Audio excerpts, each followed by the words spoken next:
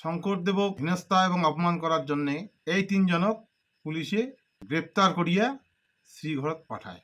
যদিও এটা কাম্য না হয়, ইমেরগুলের হটকারীদের জন্যে বাধ্য করাইছে, তবে ভগবান তো আছে, ইমের টেনশনের কোনো ব্যাপার নেই, আর মান সম্মানের কোনো ব্যাপার নেই। অবশ্যই ইচ্ছা করলে ভগবান যখন তখন বীর করির পায়, একটা ফু দিলেই যখন তখন বীর করির পায়।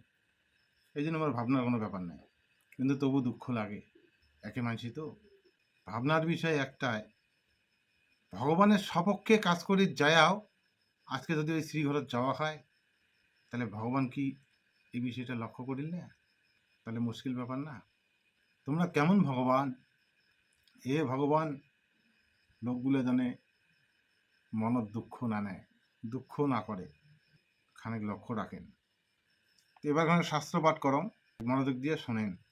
যুগ সন্ধিক্ষণের অর্জুন ভগবানও জিজ্ঞাসিলেন, হে ভগবান শ্রীকৃষ্ণ, হে পরম প্রভু, ওই শ্রীঘর আগামী দিনত কার কার জন্য বরাদ্দ, কার কার জন্য অপেক্ষমান? শ্রীকৃষ্ণ কহিলেন, হে বৎস, ফেসবুক ইউটিউবত ব্যক্তিগতভাবে গালিগালাজ করা, মানুষের নামে মানহানিকর ভিডিও তৈরি করা, মানুষক অপমান করা, অচিরেই ইমেলগুলোর জন্য ওই শ্রীঘর অপেক্ষমানরত।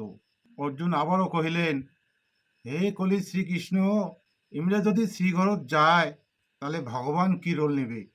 তখন যুগ সন্ধিক্ষণের কৃষ্ণ বলিলেন, হে বৎস, ভগবানের কোনো শক্তি আর কাজ করিবেক নাই, খালি বসি বসি ভাবিবেক আর আফসোস করিবেক, কিছু করার থাকিবেক নাই। অবশেষত যাই যেমন কর্ম করিবে তার তেমনই ফল ভোগা খাবে, এইটাই চলিবে। দণ্ডবোধ।